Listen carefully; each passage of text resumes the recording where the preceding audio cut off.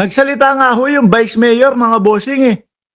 No? O eto, yung sinabi ng Kalayaan Island Group, ng Kalayaan, Vice Mayor ho, mga kababayan. Ayan. Akala ko ito yung ano si Vice Mayor yung ano ni Boss Mike, no? Parang ganyan na ganyan yung mukha nung best friend ni Boss Mike Cervera.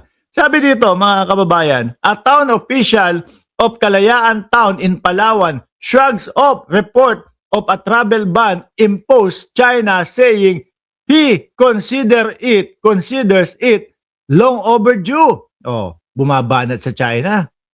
Di ba? Yun daw hong pagbaban sa kanila dapat matagal nang ginawa. Di ba? Matagal nang ginawa. Oh. Bakit daw ho? Wala naman daw silang pakialam Hindi naman daw sila pupunta dyan. Di ba?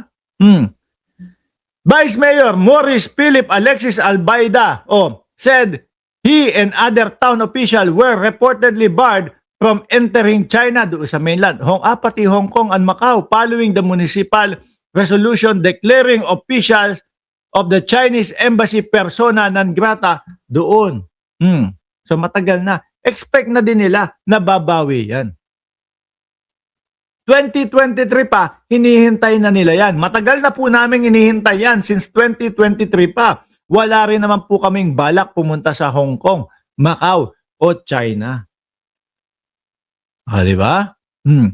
Kung kabilang man kami sa ipinagbabawal o sinabing unwelcome, ikinararangal po namin ito bilang mga Pilipino dahil tumitindig kami para sa ating bansa at sa aming bayan. Nakita nyo, Marcoleta? Ewan ko na nga lang ho. Kapag sumama si Marcoleta doon sa sa pagpunta dyan sa Kalayaan, ewan ko kung magiging welcome ho siya. Sa kabila po ng mga narinig ng mga taga-Kalayaan na sinasabi ni Marcoleta, ako ito lang ho, feeling ko malabo. Imposible. No?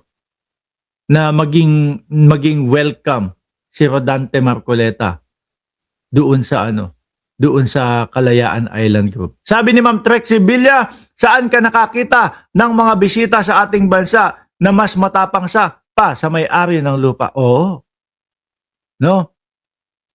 Totoo, ganyan sila. Ganyan yung iba. Hindi naman ho natin nila lahat, mga kababayan. Pero karamihan sa kanila, pakiramdam nila, sila? Sila yung hari dito o hari sa Pilipinas. Sabi ni Squidward, 1966, no? So Mark, may posibilidad ba na madisbar si Senator Marcoleta kasi pinagtataksila niya ang bansang pinagsisilbihan niya at ang pahayag niya tungkol sa EEC ng Pilipinas? Maaari na merong mga magsulong niyang mga pagpapadisbar kay Marcoleta, mga bossing. Pero ang tingin ko, kaya isinusulong ko at pinapanawagan ko doon sa mga kapwa natin, mga vlogger, nandiyan ang platform nila, mas malakas yung laban doon sa COMELEC na mapatanggal, masibak at makulong pa si Rodante Marcoleta doon sa ginawa niya, doon sa kanyang sose. Di ba? Doon sa sinabi niya na walang donasyon, pero meron naman pala. Ayaw lang ipasabi ng mga kaibigan. Sinong kaibigan ba yan? Baka mga diskaya yung sinasabi o tinutukoy mo na mga kaibigan, Rodante Marcoleta. Kaya ayaw magpasabi. No? Dahil dadating ang araw, ipagtatanggol mo sila sa Senado, which is yun nga yung nakikita. Diba? Kaya yun yung sinasabi ko na kailangan katukin natin yung COMELEC kung kamusta na yon. Kung ano na nangyari doon. Dahil eto mga kababayan ang isang opisyal ang isang kandidato o ang isang nanalo, no? Kapag nagsinungaling doon sa kanyang sose, equivalent po yan, walang sose. Ang kaparusahan po ng walang sose ay disqualification. Baka po nga may perjury pa diyan kay Marcoleta eh. Kasi nagsinungaling siya doon sa nilagdaan niya. Di po ba? So yun. Total, mahilig naman yung mga DDS, mga bossing, no? Hilig naman no mga kampo nila na kapag kayong merong issue sa kanila, sa iba pumupunta, gano'n na din gawin natin. Total naman, yun sa kanyang sose, merong ano yun, merong ako, naniniwala ako, may pagkakamali doon talaga. Di ba? Dito, mga kababayan,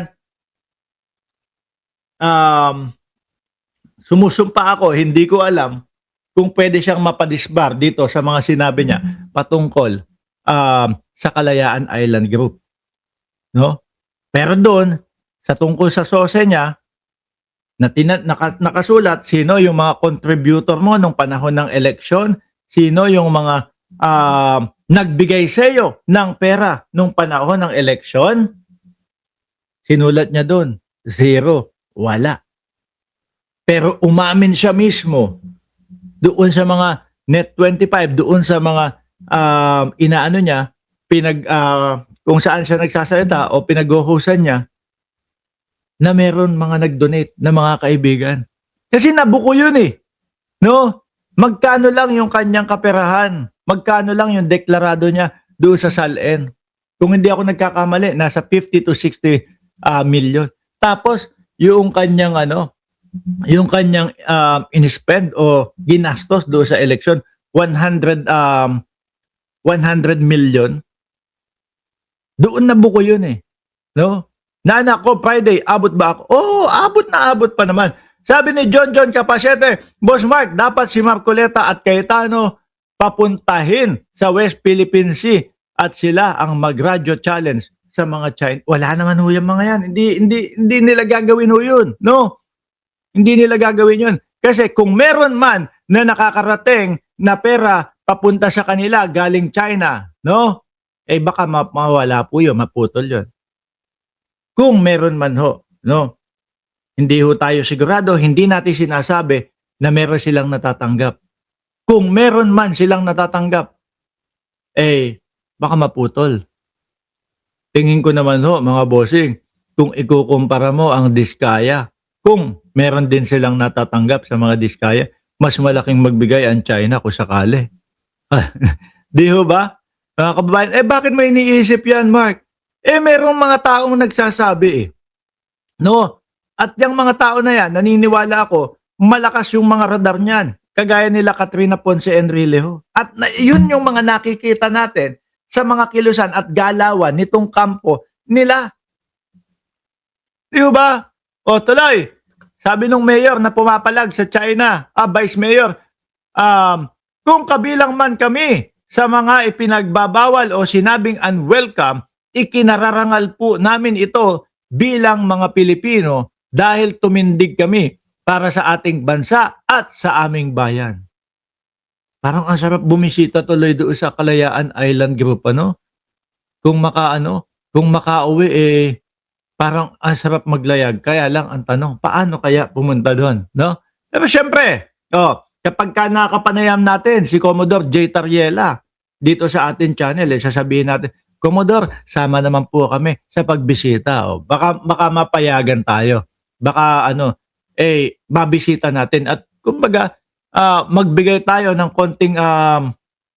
konting kaligayahan doon sa mga kababayan natin na nandoon ho. 'Di ba, Ma'am Liza Gon, Ma'am Forever at Brenda Barton at Ralis Carlenga at Ardayan. Dagdag pa dito, isang karagatan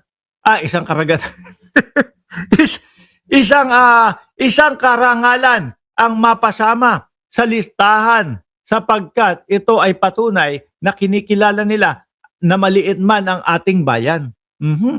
No? At yun nga yung sinasabi, mga bossing no?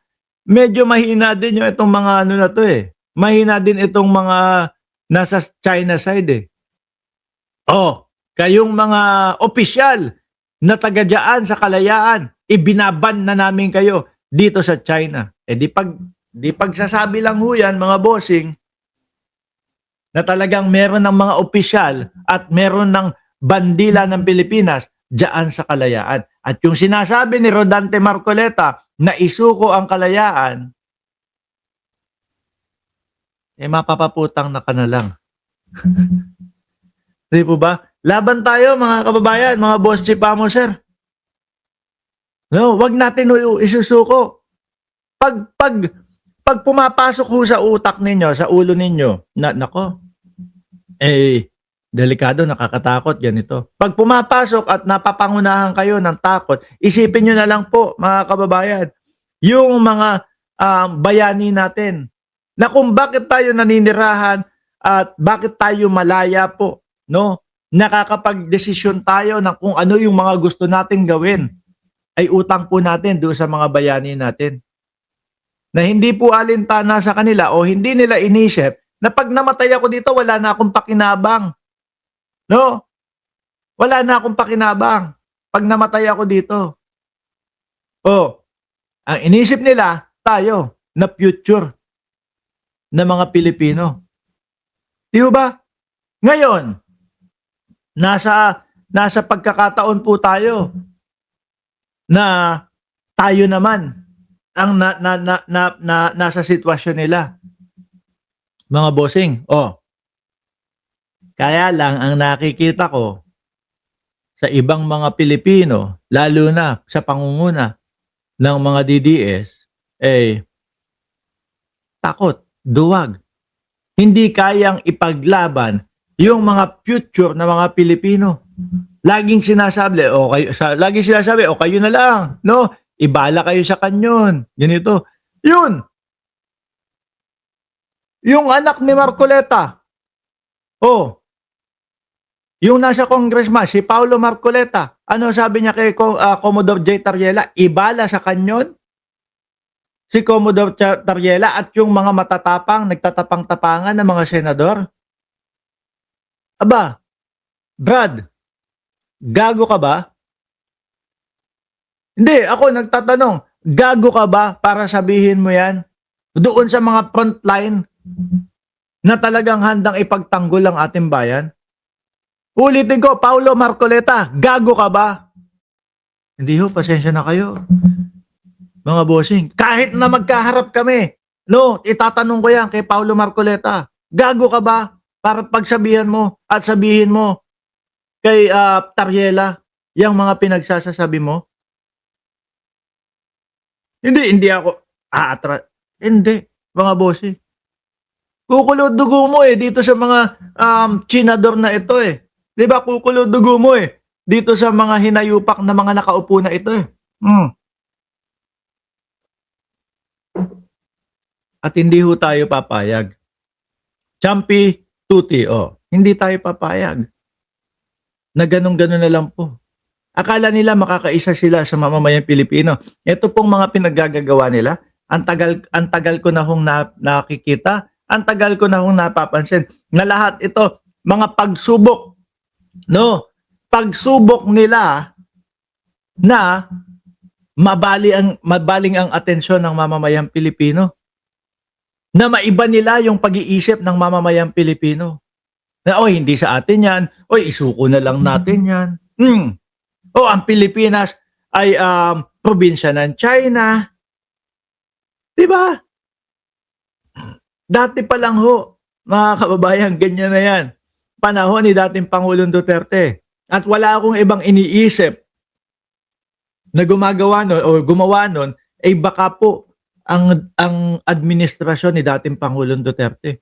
Testingin natin mga Pilipino ha. Lagay ka ng tarpaulin. Malaking tarpaulin doon sa footbridge. Pilipinas, probinsya ng China. Lagay mo nun. Tingnan natin kung ano ang magiging reaksyon ng bawat Pilipino. Tapos, sabayan natin ng mga ads, sabayan natin ng mga pagpapakita na napakayabong, napakaganda, napakasigla ng buhay sa China.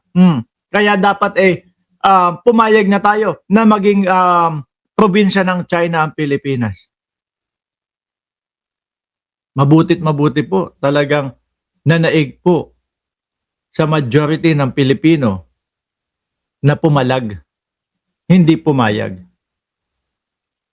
Sa totoo lang ho, kung manonood kayo ng mga international news, yung mga Wiyon o Wayon, makikita nyo ho kung ano talaga ang lagay ng China. Pati ho ekonomiya nila. Makikita at ibinabalita ho doon ng buong tapang. Mga kababayan. Sabi ni Joros San Jose, Joros San Jose, BBM loyalist from Finland. Di po ba? Tuloy natin to. Well, galit sila, offended sila, no? Nais nga nila sana na mas maganda po kung makita ni Senator Rodante Marcoleta ang kalagayan dito sa Kalaya. Baka buntalin nyo daw eh. Hindi pupunta yan. No? Baka buntalin nyo daw eh. Sana kung sakaling pumunta siya rito, sumakay siya ng barko o ng launch, lancha siguro, para maranasan din niya ang naranasan namin. Yun ang sentimiento nila. Sabi, very particular po sila. They have sacrificed a lot and they don't deserve such a statement whatever the context.